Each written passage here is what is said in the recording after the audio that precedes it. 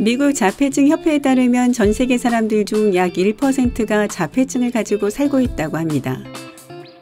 이 사실은 좀 두려울 수도 있지만 사실 자폐증을 가진 사람들은 종종 매우 재능이 있으며 오히려 자폐증이 삶의 다양한 분야에서 뛰어난 실력을 보이도록 도와줍니다.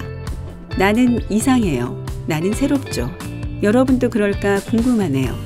공중에서 목소리가 들려요. 여러분은 안 들리죠? 그건 불공평해요. 우울하고 싶지 않아요. 나는 이상해요. 나는 새롭죠. 여러분도 그렇다고 상상해보죠. 우주에 있는 소년처럼 느껴져요. 별들을 만져요. 제자리가 아닌 느낌이죠. 다른 사람들이 어떻게 생각할까 걱정돼요. 사람들이 웃을 때 나는 울어요. 그게 날 움츠러들게 하죠. 나는 이상해요. 나는 새롭죠. 이제 여러분도 그렇다는 걸 알아요. 조난자처럼 느껴져 라고 내가 말하죠. 그렇다 해도 괜찮은 나를 꿈꿔요. 난 어울리려고 노력해요. 언젠간 그러길 바래요. 나는 이상해요. 나는 새롭죠. 이 깊고 의미 있는 문구들은 로버트 프로스트나 윌리엄 셰익스피어가 쓴 것이 아닙니다. 사실 자폐증의 한 형태인 아스퍼거 증후군을 가진 10살 소년인 벤자민 지룩스가 쓴 시입니다.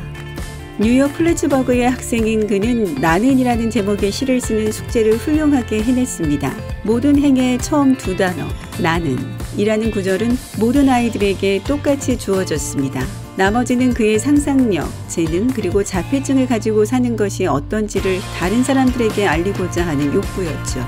벤자민의 아버지인 써니 지룩스는 종이에 적힌 그런 감정의 분출을 보고 가족들이 매우 놀랐다고 설명했습니다. 벤자민은 학교 생활이 어떤지 물어보면 한마디 이상의 대답을 하는 경우가 거의 없습니다. 하지만 이 시쓰기 과제는 벤자민에게 영감을 주었고 이 걸작을 완성할 때까지 그는 쉬지 않고 글쓰기에 집중했습니다. 전국 자폐증 협회는 이 시를 페이스북에 공유했는데 약 5만 건의 반응을 얻었고 3만 7천 번 공유되었습니다. 물론 벤자민이 뛰어난 재능을 가진 자폐증의 유일한 예는 아닙니다. 가장 유명한 예 중 하나는 2009년 브리튼즈 갓 탤런트에서 수백만 명의 마음을 단번에 사로잡았던 수잔 보일입니다. 그녀는 처음에 난 꿈을 꾸었죠를 부르겠다고 말할 때 약간 어색해 보였습니다. 하지만 그 후 진짜 마법이 시작됐고 모든 사람이 그녀의 아름다운 목소리에 반했지요.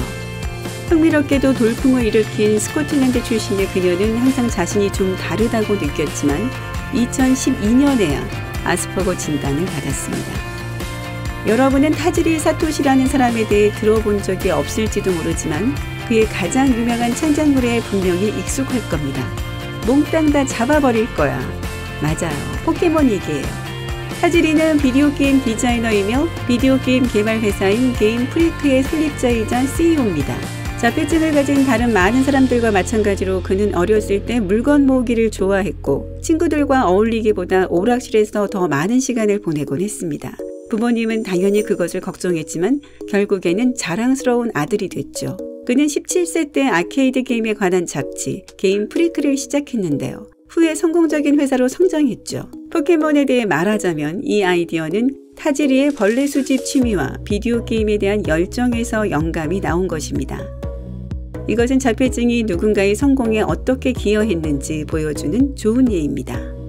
오스카상 수상자, 배우, 감독, 프로듀서, 그리고 전설적인 1991년 양들의 침묵의 하니발 렉터인 앤서니 홉킨스도 자신의 경미한 아스퍼거 증상이 실제로 연기에 도움을 줬다고 인정합니다. 상징적인 팝 아티스트인 앤디 워홀도 마찬가지입니다. 주디스 구두 박사의 말에 따르면 그는 사회적 어색함, 물건에 대한 집착, 반복에 대한 애정 등 자폐증의 특성을 보였다고 합니다. 자폐증을 가진 사람들을 존중하고 존경해야 할 이유가 많이 있는데요. 그들을 더 잘 이해하도록 도와줄 몇 가지 사실을 짚어보겠습니다. 자폐증은 스펙트럼 장애입니다. 심지어 보통 감기에 걸렸을 때도 증세는 재채기부터 10가지 다양할 수 있죠.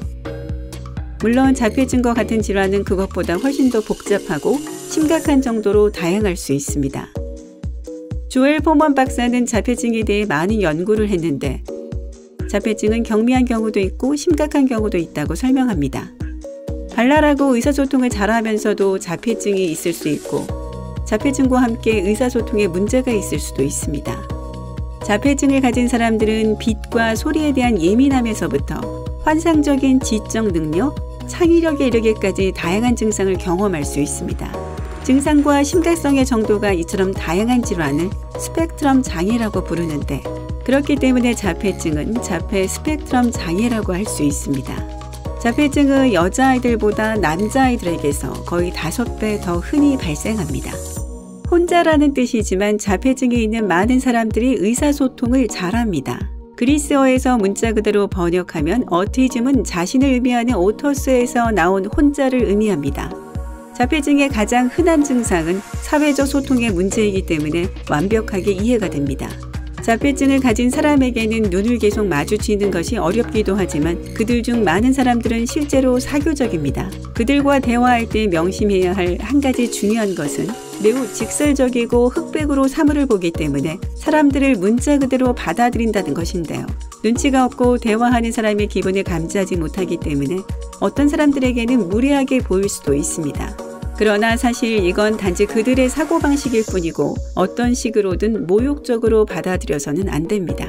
세사미 스트릿은 자폐증을 가진 캐릭터를 만들었습니다. 아시다시피 세사미 스트릿은 1969년 이후로 수백만의 아이들을 길러낸 상징적인 쇼입니다. 이 쇼는 자폐증을 가진 아이들이 결코 부족하지 않으며 자신만의 사고방식을 가진 밝고 재능 있는 아이들이라는 메시지를 퍼뜨리는데 중요한 공헌을 했습니다. 2010년 세사미 스트릿은 아이들에게 자폐증에 대해 가르칠 수 있는 캐릭터를 창조하는 훌륭한 작업을 시작했습니다. 교육자, 심리학자, 활동가와 함께 작업하면서 최선의 방법을 찾기 위해 클리닉과 학교를 방문했죠. 흥미롭게도 세사미 스트릿의 자폐증을 가진 캐릭터인 줄리아를 만드는 데 관여한 많은 사람들이 이 문제를 직접 겪은 경험이 있습니다. 인형술사는 자폐증을 가진 아들이 있고, 디자이너는 학교에서 자원봉사를 하면서 자폐증을 가진 소녀와 친구가 됐고, 대본 작가의 남동생도 자폐증을 갖고 있습니다.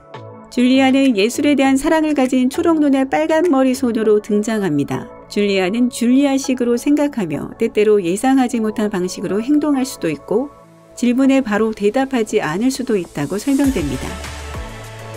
자폐증이 있는 사람들은 세상을 다르게 봅니다. 2015년 미국의 심리학 및 신경과학 전문 과학자들의 연구는 자폐증을 가진 사람들이 세상을 보는 방식이 매우 독특하다는 결론을 내렸습니다. 이들은 주된 객체가 왼쪽이나 오른쪽에 치우쳐 있더라도 항상 이미지의 중심에 초점을 맞춥니다. 39명의 사람들이 실험에 참여했고 총 5,500개의 물체가 있는 700개의 이미지를 보여줬습니다. 이 실험은 자폐증인 사람들은 보통 얼굴을 보지 않는다는 주장도 뒷받침했습니다. 비록 나무나 바위일지라도 눈에 띄는 밝은 물체에 더 초점을 맞췄습니다. 자폐증을 가진 사람들은 특정 직업에 누구보다도 탁월합니다. 자폐증은 많은 사람들에게 부정적인 진단처럼 들릴 수도 있지만 사실 이것은 많은 재능과 능력을 의미하기도 합니다. 자폐증을 가진 사람들은 솔직하고 타인의 평가에 신경을 쓰지 않고 자신이 하는 일에 대단한 열정을 보입니다. 전체 대신 일부에 집중하는 능력은 종들 간의 독특한 세포나 차이를 발견해낼 수 있는 뛰어난 실험실 기술자와 연구자가 되도록 해줍니다.